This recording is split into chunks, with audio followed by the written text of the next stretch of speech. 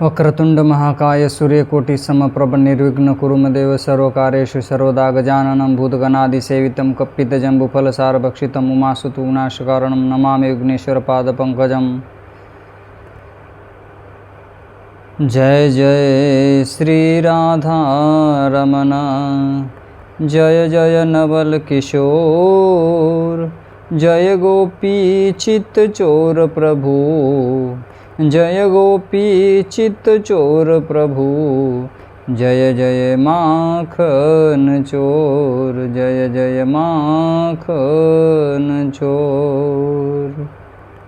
सब द्वारन को छाड़ के मैं आई तेरे द्वार, अहो वृषभानु की लाडली अब मेरी ओर निहार। श्री कृष्णचंद्र भगवान की जय, जगत गुरु शील प्रभुपाद की जय, वृंदावन धाम की जय, ग्रंथराज श्रीमद्भागवतम महापुराण की जय, राधा गोविंद झूलन यात्रा महोत्सव की जय।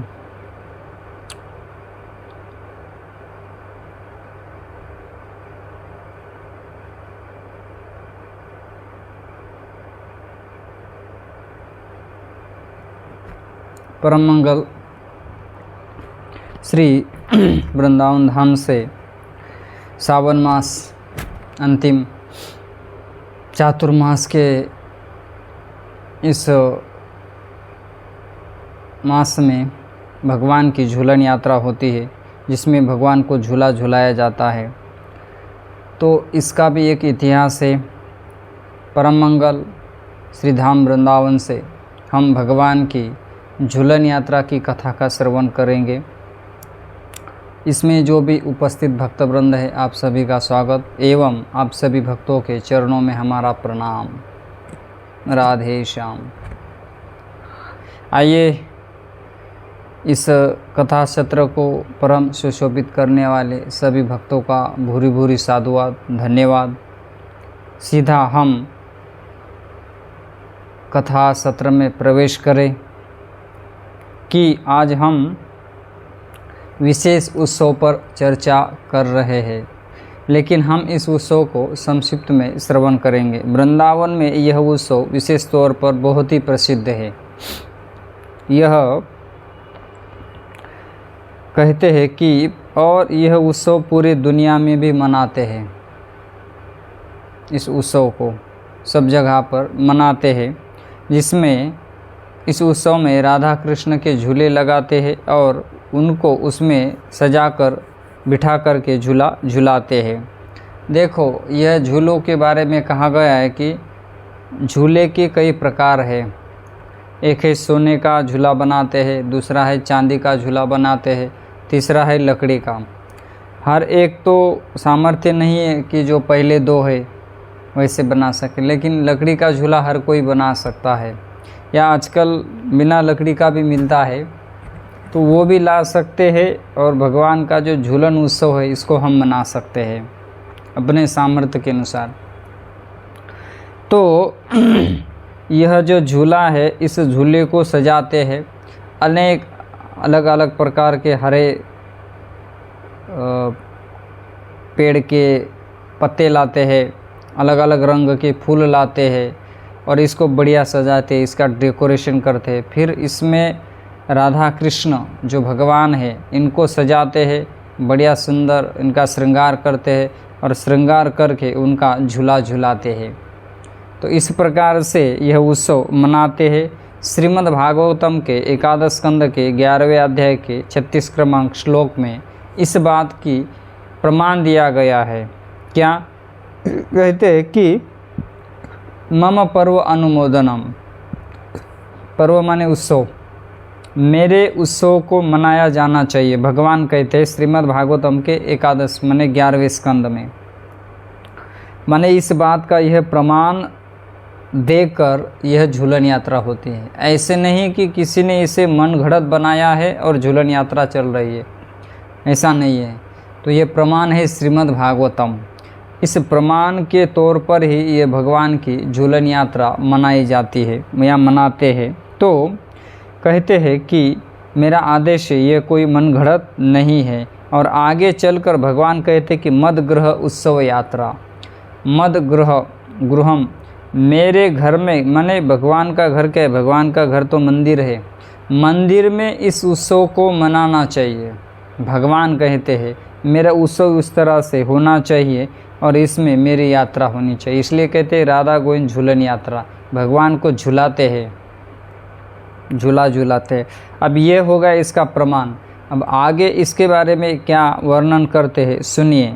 कहते हैं कि यह जो शब्द है झूलन यात्रा, यह भागवत से आया है। कहाँ से आया है? श्रीमद् भागवतम से। मदग्रहम उत्सव यात्रा, मेरे उत्सव को बड़े उत्साह से मनाओ, इन उत्सव से हमें उत्साह की प्राप्ति हो जाती है।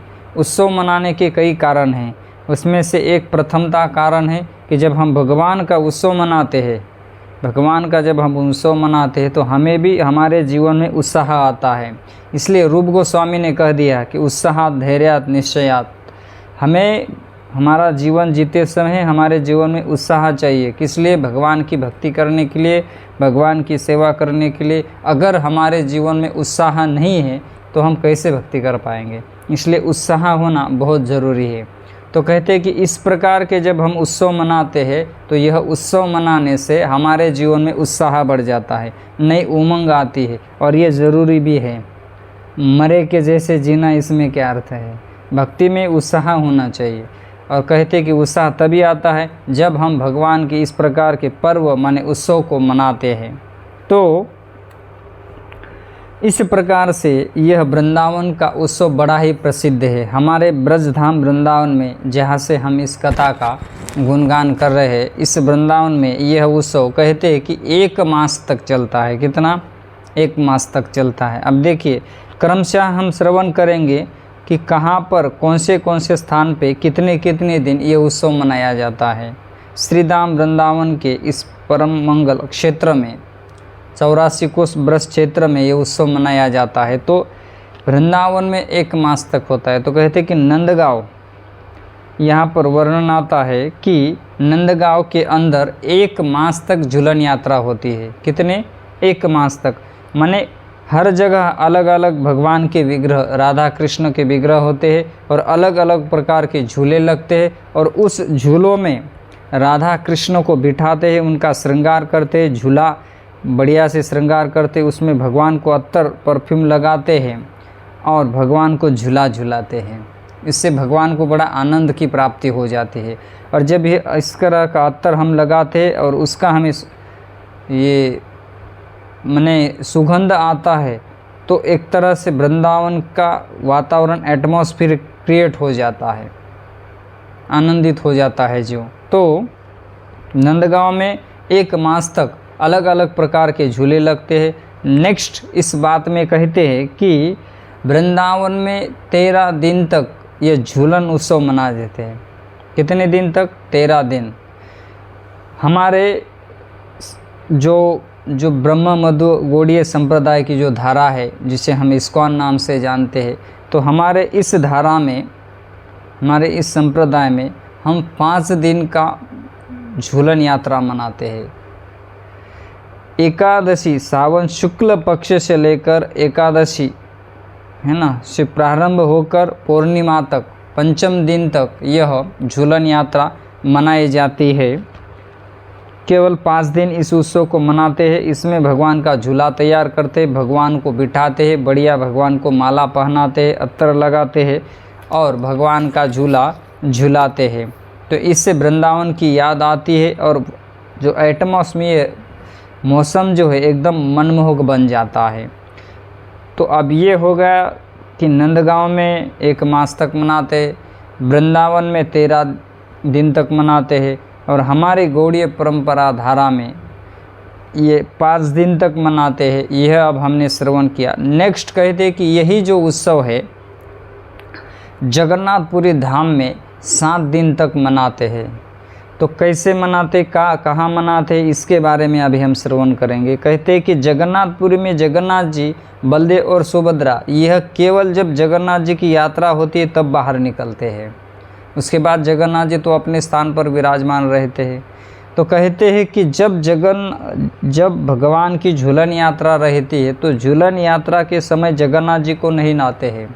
झूलन यात्रा के समय जगन्नाथपुरी में एक मुक्ति मंडप है, उस मुक्ति मंडप को ही झूलन मंडप में बदल देते हैं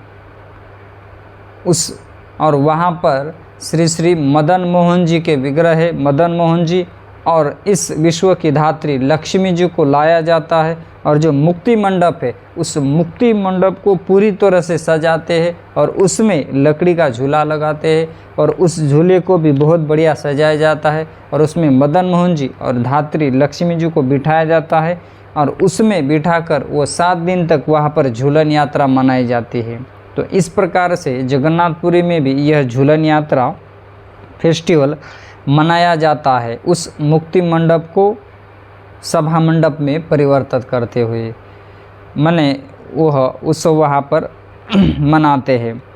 तो प्रभुपाद जी की कृपा से विश्व में जितने भी मंदिर बन चुके हैं, अभी तक हम देखते हैं कि कई सारे मंदिर हैं, तो कई सारे मंदिर है, तो जितने भी मंदिर है उन सब मंदिरों में यह झूलन यात्रा, जिसे राधा गोविंद झूलन यात्रा इस नाम से भी जाना जाता है, यह सब जगह मनाते हैं। यह तो है, लेकिन अन्य अन्य जो तीर्थ क्षेत्र है, धाम है या अन्य संप्रदाय के जितने भी भक्तगण है, साधु संत है, यह भी इस उत्सव को मनाते हैं।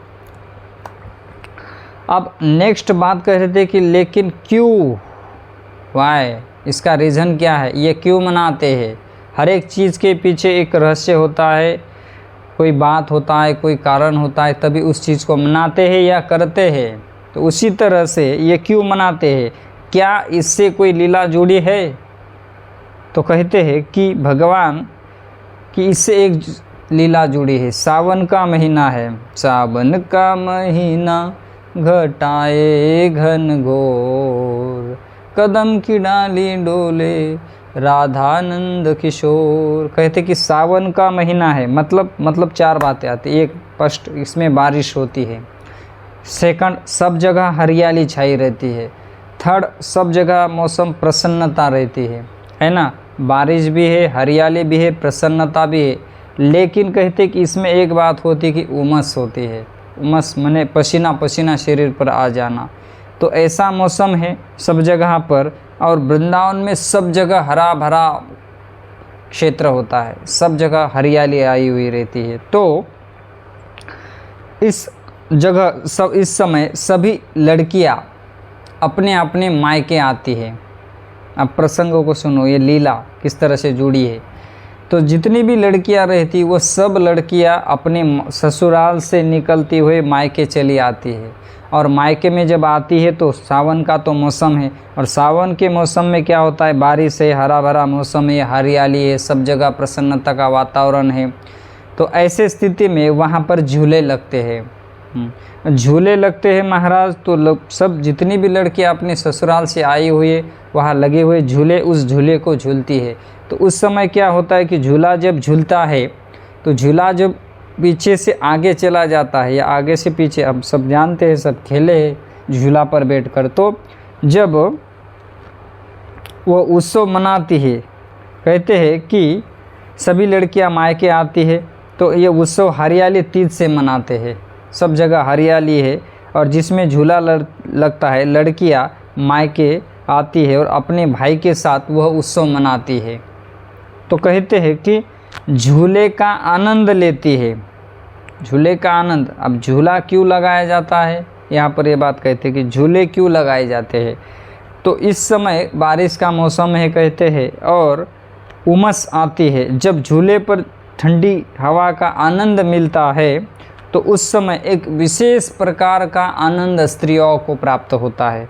माने विशेषता, जिनकी शादी हो चुकी है, जिनका ब्याह हो चुका है, जब वो झूले पर बैठ जाती है तो उस समय उमस का तो मौसम है, लेकिन झूला झूलने से विशेष प्रकार के ठंडी हवा लगती है, और वो हवा लगने के कारण उन्हें विशेष प्रकार के आनंद प्राप्त हो जाता है, आनंद मिलता है। तो कहते हैं कि तो इस प्रकार से सभी लड़कियां अपने मायके जाती है। कौन सी, जो विवाहित हो गई है वो, और उस आनंद को लेती है। इसलिए कहते हैं कि यह इस प्रकार से इसको मनाते हैं। लेकिन इससे जुड़ी एक लीला है। क्या कहते हैं कि एक बार राधा रानी जावट में रही थी, जावट में थी, और उस समय राधा रानी ने देखा कि बहुत सारी लड़कियां बरसाने चली जा रही है। लेकिन उस समय उन्होंने देखा कि मेरे माता पिता वृषभानु राजा और कीर्तिदा माता ने अभी तक कुछ मुझे लेने के लिए किसी को भेजा नहीं है, और यहाँ की कई सारी लड़कियां बरसाने को चली जा रही है अपने ससुराल से मायके। तब राधा रानी देखती है कि एक बरसाने का आदमी जावट में घूम रहा है। अब राधा रानी का ससुराल है जावट, इसे जावट भी कहते हैं और यावट भी कहते हैं। यहाँ पर दिया है, यावट भी कहते हैं और कहते हैं कि जावट भी कहते हैं। तो ये राधा रानी के जो पति थे उनका नाम था अभिमन्यु, ये विष्णु के अवतार थे। तो इन्होंने कभी भी अपने जीवन में राधा रानी का स्पर्श नहीं किया। क्यों? क्योंकि वो जानते थे राधा केवल कृष्ण की है। तो कहते हैं कि यह जो जटिला और कुटिला इनकी सास और ननंद इनके साथ में राधा रानी के साथ में रहती थी। जब राधा रानी ने सारी लड़कियां बरसाना को जा रही अब देखा तो राधा रानी को बड़ा दुख हुआ कि अभी तक मेरे माता पिता ने मुझे लेने के लिए भेजा नहीं, मेरे भाई श्री दामा को। क्या मेरे माता पिता मुझे भूल गए? इतनी सारी लड़कियां ससुराल से अपनी मायके चली जा रही है। तो वह जो घूमता हुआ बरसाने का आदमी आया था, उनको कहा कि क्या आप मेरे माता पिता को जाकर कहेंगे कि मैं मायके आना चाहती हूँ और अभी तक मुझे लेने के लिए कोई नहीं आया है। तो राधा रानी बड़े दुख में थी। तो वह जो आदमी आया था घूमते घूमते, वह जब बरसाना पहुँच गया तो वृषभानु राजा और कीर्तिदा सुंदरी को मिले और कहे कि राधा रानी बहुत दुखी है, बहुत विरह में है। राधा रानी कहती है कि बरसाने की लड़कियां अपने मायके के लिए चली गई है और अभी तक मेरे माता पिता, मेरा भाई मुझे लेने के लिए यहाँ किसी को भेजा नहीं है, मेरा भाई भी अभी नहीं आया, क्या सब मुझे भूल गए हैं? तब वृषभानु राजा और कीर्तिदा माता अपने पुत्र श्रीदामा को कहते हैं कि तुम यहाँ से बहुत सारे उपहार माने आभूषण भेंट लेकर चले जाओ। क्यों? क्योंकि राधा रानी की जो सास और ननंद है जटिला और कुटिला, जटिला बड़ी जटिल है और कुटिला बड़ी कुटिल है। तो कहते हैं कि तुम बहुत सारे आभूषण लेके जाओ, क्योंकि जब तुम उनको आभूषण दोगी तब ये मानेगी, नहीं तो राधा रानी को नहीं आने देंगी। तब श्रीदामा यही करते हैं कि अपनी बैलगाड़ी को जोतते हैं और बरसाने से निकल जाते हैं जावट जब आते हैं तो राधा रानी जब श्रीदामा को देखती है तो बहुत प्रसन्न होती है, बहुत खुश होती है कि अब मैं ससुराल से मायके चली जाऊंगी। क्यों? क्योंकि हरियाली तीज लगते ही अपनी बहन सब भाइयों के साथ रक्षाबंधन तक अपने मायके में रहती है। तो राधा रानी के भाई श्रीदामा ने जटिला और कुटिला को कहा कि वृषभानु राजा और कीर्तिदा माता ने मुझे भेजा है राधा रानी को लेके जाने के लिए यहाँ से अपने मायके। तो जटिला और कुटिला कहती कि नहीं नहीं, हम राधा रानी को नहीं जाने देंगे। क्यों? क्योंकि बोले वहाँ एक काला कृष्ण है और वो हमारे बहू को बहुत सताता है, इसलिए हम राधा रानी को नहीं जाने देंगे। तब यह जो श्रीदामा था, श्रीदामा ने बहुत सारा उपहार लाया था। अब यह जो इतना सारा उपहार लाया था, जब जटिला और कुटिला को दे दिया तो जटिला और कुटिला बहुत खुश हो गई और कहती कि हाँ हाँ ठीक है लेके जाओ, लेकिन याद रखना कि जल्दी से जल्दी इसे लेके आना। तो श्रीदामा कहते हैं कि जैसी आपकी इच्छा। फिर श्रीदामा श्रीमती राधा रानी को लेकर अपने बैलगाड़ी में बैठकर ये भाई बहन निकलते हैं। कहते कि यह जो बैलगाड़ी थी इसको 4 बैल थे, मतलब समझना चाहिए कि कितनी बड़ी बैलगाड़ी होगी, है ना। 4 मतलब यहाँ 2 और ऐसे 2 हो गए, और इतनी बड़ी बैलगाड़ी भर के उपहार लाया होगा, माला माल हो गए जटिला और कुटिला। तो फिर राधा रानी जब बरसाने गई तो बरसाने की जितनी गोपियाँ थी उन्होंने देखा कि अरे बरसाने की कृपा करने वाली, बरसात करने वाली आ गई, तो सब गोपियाँ एकदम प्रसन्न हो गई, खुश हो गई। बोले वृंदावन की अधिष्ठात्री देवी आ गई, वृंदावनेश्वरी आ गई। तो झूले तो पहले से ही लगे थे, क्योंकि हरियाली तीज आती है तो उसी समय से झूले लग जाते हैं। तो राधा रानी आई और कहते हैं कि राधा रानी ने उस जो झूला लगा था तो राधा रानी को उस झूले पर बिठा दिया, लेकिन राधा रानी को उस झूले पे आनंद नहीं आ रहा था, विरह हो रहा था, कुछ कमी है ऐसा महसूस हो रहा था। तो कहते हैं कि राधा रानी कहती अधूरापन है, कृष्ण कब आएंगे, कृष्ण कब आएंगे, इस प्रकार लीला करते हैं कि कब आएंगे कृष्ण। कई प्रकार की लीला करते हैं, कई बार लोग इसे समझ नहीं पाते। अब यहाँ पर बहुत महत्वपूर्ण बात है, इसे हमें समझना है। अगर नहीं समझेंगे तो फिर हम इसे माने एक अपराध कर पर बैठेंगे, एक दोष बुद्धि हो जाएगी हमारी राधा कृष्ण के प्रति। तो क्या कहते हैं भगवान, कहते हैं पद्म पुराण में, मद्भक्ता नाम विनोदार्थम करोमि विविध क्रियां, मद्भक्ता नाम विनोदार्थम करोमि विविध क्रिया। कहते कि मैं मेरे भक्तों के आनंद के लिए, रसास्वादन के लिए, उल्लास के लिए, भगवान कहते कि करोमि, करोमि माने क्रू धातु माने करना, मैं कहते कि अलग अलग लीला करता हूँ। ये नोट आउट पॉइंट, ये पॉइंट बहुत ज़रूरी है समझना। अलग अलग लीला करते हैं भगवान अपने भक्तों को आनंद देने के लिए, रसास्वादन करने के लिए। तो कहते हैं कि अब लीला को हमें नीचे स्तर पर ना समझें, मतलब आध्यात्मिक लेवल पर सोचेंगे तभी हम लीला का आनंद ले सकते हैं, नहीं तो हम दोष आरोपण करेंगे। मैंने पहले इस बात को स्पष्ट किया था ना। और राधा तो विवाहित थी और कृष्ण तो उसके पीछे पड़े थे, फिर क्या हो जाएगा। तो कहते हैं कि हम आध्यात्मिक लेवल पर नहीं हैं। अगर हम समझे, है ना, क्या समझे कि स्वयं चैतन्य महाप्रभु चैतन्य चैतामृत में राधा रानी के बारे में कहते हैं, नहीं समझ पाएंगे तो दोषारोपण करेंगे। क्या कहते हैं, चैतन्य राधा कृष्ण का युगल अवतार है। श्री चैतन्य महाप्रभु राधा रानी और कृष्ण का युगल, युगल माने दो अवतार है। और कविराज गोस्वामी इसी बात की पुष्टि देते हुए कहते हैं, क्या, श्री कृष्ण चैतन्य राधा कृष्ण ना ही अन्य। श्री कृष्ण चैतन्य ही राधा कृष्ण है, ना ही अन्य। माने वही राधा कृष्ण चैतन्य महाप्रभु बन के इस कलयुग में आए हैं। इसलिए कविराज गोस्वामी कहते हैं राधा रानी के बारे में, राधा कृष्ण एक आत्मा दुई देहधारी। राधा कृष्ण एक आत्मा दुई देहधारी, अन्य अन्य विलासे रसास्वादन करी। अन्य अन्य विलासे रसास्वादन करी। राधा कृष्ण एक आत्मा, राधा और कृष्ण एक आत्मा है। द्वि देहधारी, दो देह धारी, देह अलग अलग है। देह धारण मतलब सीधा सीधा है कि भगवान कृष्ण शक्तिमान है और भगवान ने अपनी शक्ति, जो अंतरंगा शक्ति है, श्रीमती राधा रानी को प्रकट किया है। किसके लिए? अपने आनंद के लिए, अपनी प्रसन्नता के लिए, अपनी सेवा करने के लिए श्रीमती राधा रानी को भगवान ने एक अंतरंगा शक्ति में प्रकट किया है। इसलिए कहते हैं कि राधा कृष्ण एक आत्मा द्विदेहधारी।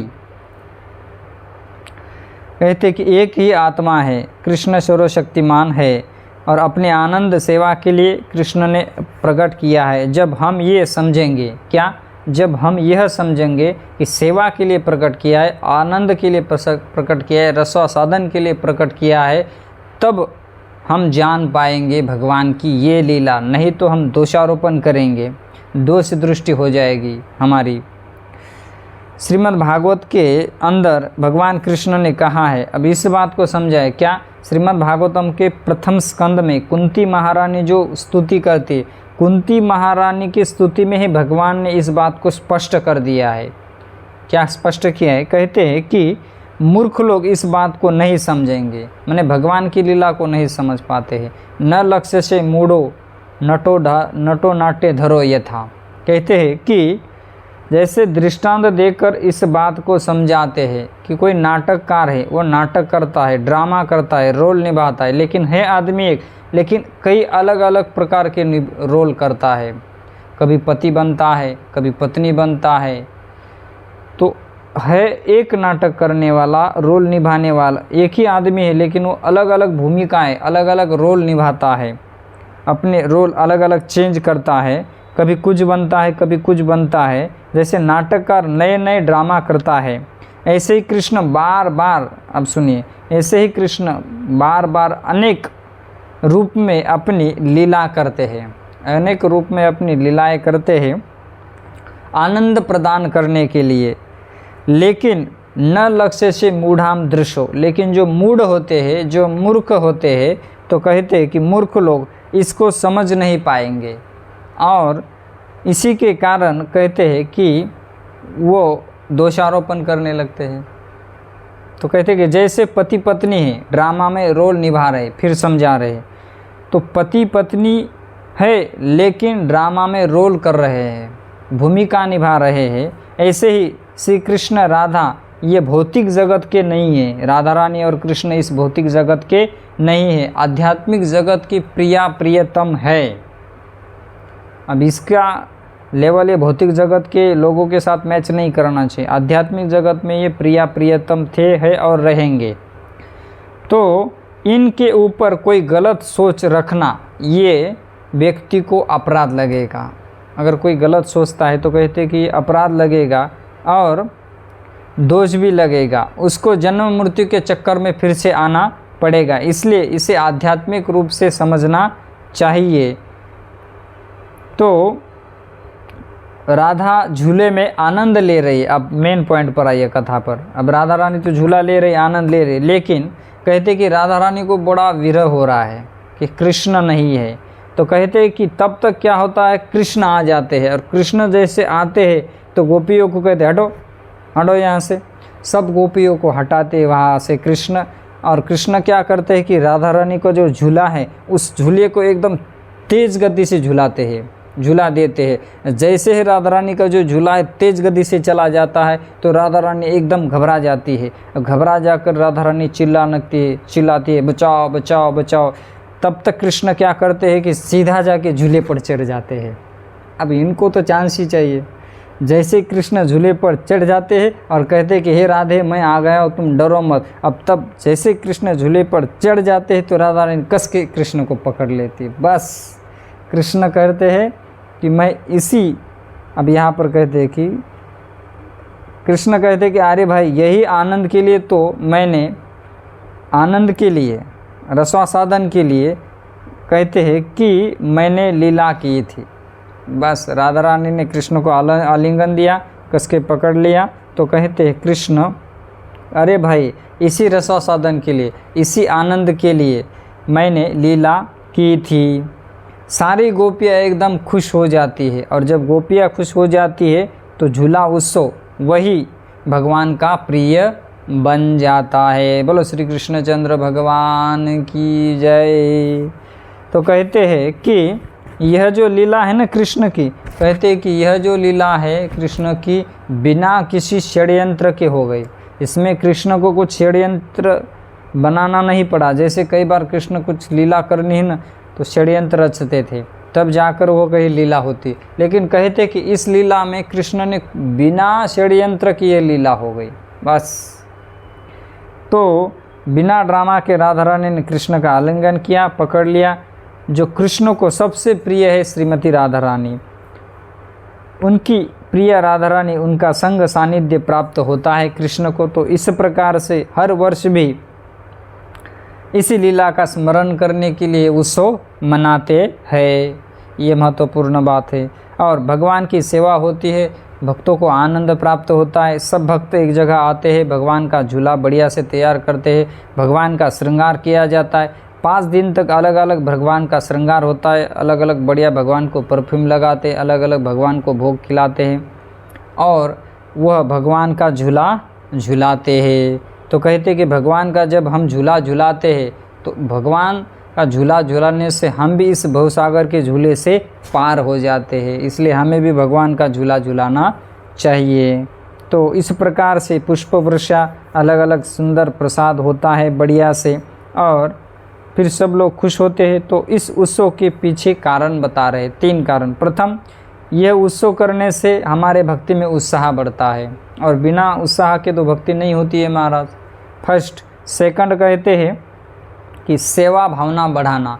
हमारी जो सेवा है ना, कई बार नीचे मतलब कम होती है, तो हमारा सेवा भाव बढ़े, इसलिए हम यह उत्सव मनाते हैं। और हमारे जीवन का केंद्र बिंदु भगवान कृष्ण है, यह हमें उनकी सेवा करनी, ये समझ में आता है। इसलिए भगवान को दान देना चाहिए, पुष्प प्रदान करना चाहिए, सेवा करनी चाहिए। और अगर हम मंदिर में झूला झूलने के लिए नहीं जा सकते हैं तो हमें अपने घर में ही भगवान का झूला बनाना चाहिए, जैसे छोटा हो बड़ा हो अपने सामर्थ्य के अनुसार। और जब ये झूला बन जाए तो हमें इस झूले को शाम के समय में झूलाना चाहिए, जैसे मंदिर में शाम के समय में झूला झूलाते हैं, या अपने समय के अनुसार सुबह भी झूला सकते हैं, लेकिन भगवान को झूला झूलाना चाहिए, भगवान को भोग लगाना चाहिए, दीप अर्पण करना चाहिए और भगवान की आरती भी करनी चाहिए।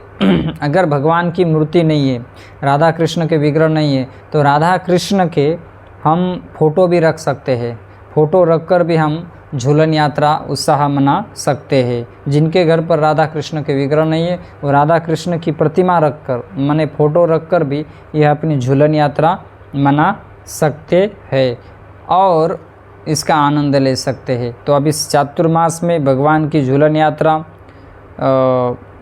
एकादशी, सावन मास शुक्ल पक्ष के एकादशी लेकर पूर्णिमा तक होती है, माने बलराम जयंती तक। तो इस उत्सव को मनाना चाहिए, भगवान की सेवा करनी चाहिए और अपने जीवन को कृतार्थ करना चाहिए। कहते हैं कि जो कोई इस झूले को झूलता है तो भगवान इसको इस भवसागर से पार करा देते हैं।